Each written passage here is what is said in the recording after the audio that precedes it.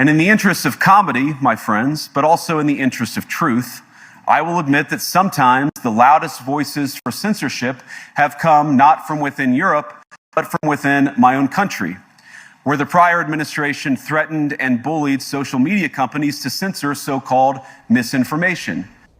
Speaking of the interest of truth, that position Vice President Vance is espousing would be a lot easier to stand behind if the Trump White House, the Trump-Vance White House, with two co-presidents in the White House, in Donald Trump and Elon Musk, sometimes it's difficult to remember that there even is a vice president, especially when that vice president is J.D. Vance, who spends all his time on Twitter complaining. And whenever he does have an at-bat, whenever he does have a chance to speak on behalf of the administration, he has already embarrassed himself so much in just recently doing so on the world stage, and a speech that has received tremendous blowback abroad. But the blowback that it's getting at home is just as bad. And some of it came from Jake Tapper, who called out J.D. Vance for this ridiculous notion that he tried to push in the speech that we are going to get into. But before we do, if I could quickly ask you to leave a like on this video, and if you haven't already and you enjoy our channel, to hit that subscribe button. It goes a long way. And it really does mean a lot to me now. Before we get into what Jake Tapper said just today, of course, him and J.D. Vance have a bit of a history going back and forth. So to add a little bit of color and context to what Tapper and Vance both spoke about, I want to check out a flashback from an interview they did right before the election. Talking about Donald Trump and what he says. Yes. And Donald Trump says... And you'd much rather talk about what Donald Trump allegedly said than what Donald Trump did in office. I'm talking about what he did in office, Jake, what he said publicly. 1.5% he wants to use inflation. The military to go after the enemy within, which is the American people. He did not say that, Jake. The enemy he within? said that he was going to send the military after the American people. Show me the quote where he said he was going to. He said the enemy within. He said far left lunatics. He's talking like about the people Pelosi's rioting and Schiff. He's talking about people rioting after the election. I think the Pelosi's were rioting after the election. He said Adam Schiff was rioting after the election. You're using two separate phrases. He said about using the military that far left lunatics, people who riot in the wake of an election, people who burn down American cities in the summer of 2020, yes, we should have a federal law enforcement This is what he said to Joe Rogan on Friday. The enemy within that he wants the military to go after. No, this is the enemy within, a bigger problem than Kim Jong-un. The second part.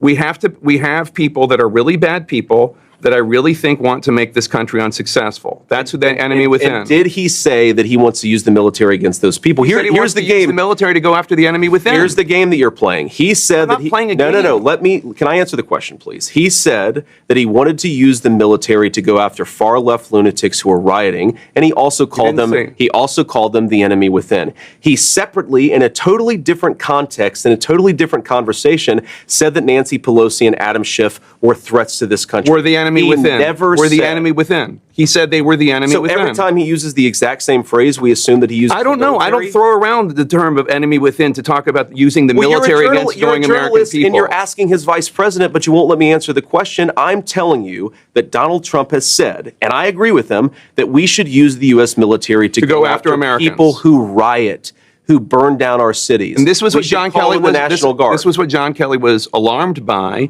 the idea of using the U.S. military to go after Americans. That's what he said. Donald Trump never said Americans writ large. You keep on putting words in his mouth and my Are they mouth. or are they not Americans? Far left people who commit acts of violence, who riot. And now you're doing a very narrow definition of what he said, which is not what he said. That's not what he said. But let me ask you. Let me ask you the bigger point. He did say that, Jake. He did. He said that he wanted to use the U.S. military. Let me clarify. Go after far left lunatics, yes. And then he also added people who were rioting and looting. And he never said. He added Schiff. And then he added the Pelosi's. And then he added people that don't want the country to succeed. He said that Adam Schiff and Nancy Pelosi he used in a separate context in a separate conversation. And what you're doing is you're smashing two totally different conversations. Fox asked him about this last week, and he didn't take issue with it. He said the enemy within is the biggest threat to this country. But did he say the enemy within, that he's going to use the military against Nancy Pelosi? Donald Trump offered Nancy Pelosi the National Guard on January the 6th, and according to private emails, she rejected it. So JD tried to make it seem as if it was an absurd idea that Donald Trump would go after his political enemies. Now Kash Patel, with an enemies list, is going to be the director of the FBI. JD Vance said it would be insane for Donald Trump to go after those who disagree with him. And now, of course, Donald Trump is banning the AP from the Oval Office, from the press room, from coming on Air Force One, because they won't refer to a body of water by its new fake name that Donald Trump bestowed on it, is ridiculous. Everything that JD Vance said wouldn't happen is actually coming true. The only true prediction that JD Vance ever made was when he was an anti-Trumper, when he was saying Trump wanted to be a dictator, that he would destroy this country. That's when JD was spot on. Since then, it's kind of gone like this, and that is exactly why Jake Tapper called out JD Vance for the attacks on free speech. This is something that he was pushing this ridiculous idea about during a speech in Europe, and I want to check out all that Tapper had to say. Vice President J.D. Vance sounded quite like a free speech advocate in Munich today, especially with this comment. Free speech, I fear, is in retreat. And in the interest of comedy, my friends, but also in the interest of truth, I will admit that sometimes the loudest voices for censorship have come not from within Europe, but from within my own country, where the prior administration threatened and bullied social media companies to censor so-called misinformation. Speaking of the interest of truth, that position Vice President Vance is espousing would be a lot easier to stand behind if the Trump White House, the Trump-Vance White House, weren't currently waging a battle against free speech, which the Trump White House itself is labeling misinformation. Around the same time that Vance was saying that, the Trump White House announced that it is barring reporters from the Associated Press, one of the biggest news outlets in the world, from the Oval Office and from Air Force One indefinitely. The reason for this? Associated Press editors are not abiding by the president renaming the Gulf of Mexico to the Gulf of America. The U.S. is the only country calling this body of water the Gulf of America, and the AP is read all over the world, so its editors say they're going to use the name Gulf of Mexico while also acknowledging Trump's renaming. This move by the White House is questionable legally. It may fall under rules preventing the White House from engaging in, quote, viewpoint discrimination. But beyond that, it's without question, this move to ban the AP from the Oval and Air Force One, without question, this is contrary to freedom of speech. This is the most powerful people in the world punishing a legitimate, important news organization for not abiding by its language edicts in the way they want them to. Vice President Vance, look at the foundation on which you're standing with your free speech proclamations. You are standing on a slippery slope. Be careful. It is so clearly MAGA. It is so clearly Republicans. It is so clearly the Trump White House, the strongest institution in our country, maybe the world, in the American presidency, trying to censor and push down those who disagree with him on the names of bodies of water that is acting on this censorship, who is afraid of speech that is not exactly how they like it to be. Republicans claim they love free speech until the speech is about how terrible they are. And it should be. This administration is acting not only in ridiculous and absurd ways, but damaging, consequential, irreconcilable action that'll damage our country for years to come. Democrats could.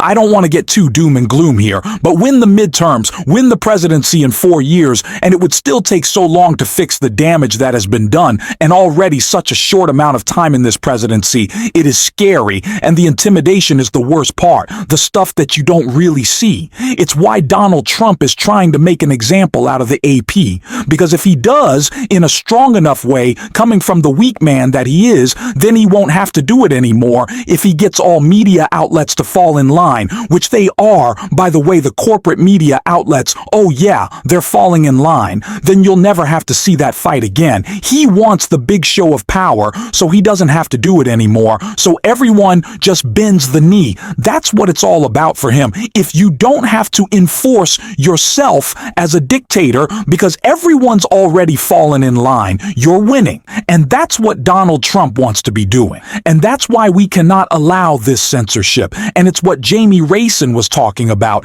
at the technocrat level of this, all the Elon censorship, the Elon and his buddies censorship of it all. And I want to take a look at that right here. The wrecking ball of right-wing authoritarianism is swinging right through Congress and coming directly at the freedoms of the press and the people right now. The self-appointed CEO of this operation is the unelected bureaucrat and aspiring techno-dictator Elon Musk, who Steve Bannon calls a truly evil individual, trying to create a techno-state in which he's king and most of us are reduced to the status of serfs. Break things and break things fast, Steve Bannon says, is Musk's M.O. De facto President Musk and his nocturnal Doge Muscovite Youth Brigade have now taken control of dozens of federal computer databases in order to dismantle entire federal agencies and programs that we in Congress created and funded with appropriations to keep our people safe and secure and healthy. This is why we have to dispel with the ridiculous narrative that it's liberal media. The liberals control the media. TikTok, Instagram, Facebook, Twitter, definitely. The biggest podcast, Joe Rogan, Candace, Owens, Tucker Carlson.